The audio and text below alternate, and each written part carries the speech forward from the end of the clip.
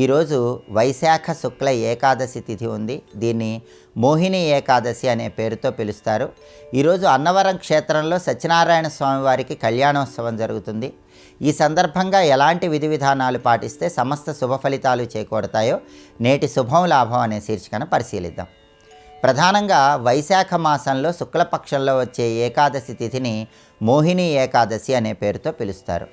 మోహిని ఏకాదశి అమృతం ఆవిర్భవించిన రోజు కాబట్టి ఈరోజు ఉపవాసం ఉండటం ద్వారా విశేషమైన ప్రయోజనాలు చేకూరుతాయి. ధర్మశాస్త్ర గ్రంథాలలో ప్రామాణిక గ్రంథాల్లో ఏం చెప్పారంటే, మోహిని ఏకాదశి రోజు ఎవరైనా ఉపవాసం ఉన్నట్లయితే ఆర్థికపరమైన ఇబ్బందుల నుంచి సులభంగా బయటపడవచ్చు, విష్ణుమూర్తి అనుగ్రహానికి పాత్రలు కావచ్చు. కాబట్టి ఆర్థికంగా కలిసి రావాలంటే ఈరోజు ఉపవాసం ఉండటం, విష్ణు సంబంధమైన ఆలయ దర్శనం చేసుకోవటం, విష్ణునామస్మరణ చేసుకోవటం ద్వారా ఆర్థికంగా మంచి పురోభివృద్ధి ఏర్పడుతుంది.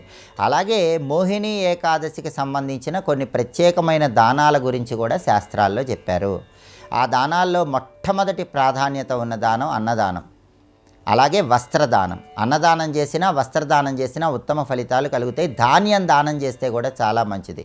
గోధుమలు కానీ బియ్యం కానీ దానం చేస్తే మోహిని ఏకాదశి సందర్భంగా ఉత్తమ ప్రయోజనాలు చేకూరతాయి. అలాగే తేనె దానం చేస్తే చాలా మంచిది. పండ్లు దానం చేస్తే చాలా మంచిది. ఆవు నెయ్యి దానం చేయటం ద్వారా కూడా విశేషమైన శుభ ఫలితాలు చేకూరుతాయి. మోహిని ఏకాదశి సందర్భంగా రాగి వస్తువులను, రాగి పాత్రలను దానం చేయటం ద్వారా కూడా గ్రహదోష తీవ్రతను తగ్గింపజేసుకొని సమస్త శుభ ఫలితాలను సిద్ధింపజేసుకోవచ్చు. అలాగే ఈరోజు విష్ణుమూర్తిని తెల్లగన్నేరు పూలతో కానీ, నందివర్ధనం పూలతో కానీ, తుమ్మి పూలతో కానీ, జాజి పూలతో కానీ పూజించినట్లయితే సమస్త శుభ ఫలితాలు చేకూరతాయి. అష్టాక్షరి మంత్రాన్ని ఈరోజు వీలైనన్ని సార్లు పఠించండి. ఓం నమో నారాయణాయ.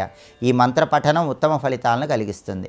అలాగే ఈరోజు అన్నవరం క్షేత్రంలో సత్యనారాయణ స్వామి వారికి కళ్యాణోత్సవం జరుగుతుంది.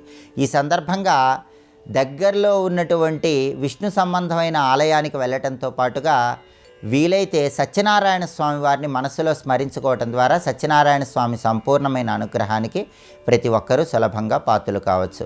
అలాగే ఈరోజు మోహిని ఏకాదశి సందర్భంగా దగ్గరలో ఉన్న విష్ణు సంబంధమైన ఆలయంలో ధ్వజస్తంభం దగ్గర దీపాన్ని వెలిగించాలి. విష్ణు ఆలయంలో ధ్వజస్తంభాన్ని గరుడ ధ్వజం అంటారు. ఆ గరుడ ధ్వజం దగ్గర దీపాన్ని వెలిగించినట్లయితే విష్ణుమూర్తి అనుగ్రహానికి సులభంగా పాత్రలు కావచ్చు. యుగ్మ ప్రదక్షిణం కుర్యాత్ అయుగ్మం త్వాభిచారికం అంటుంది శాస్త్రం. అంటే విష్ణు ఆలయంలో యుగ్మ ప్రదక్షిణలు చేస్తే విశేషమైన శుభ ఫలితాలు చేకూరుతాయి. కాబట్టి 2, 4, 6, 8 ఇలా సరి సంఖ్యలో విష్ణు సంబంధమైన ఆలయంలో ప్రదక్షిణలు చేయటం ద్వారా కూడా సమస్త శుభ ఫలితాలను సిద్ధింపజేసుకోవచ్చు.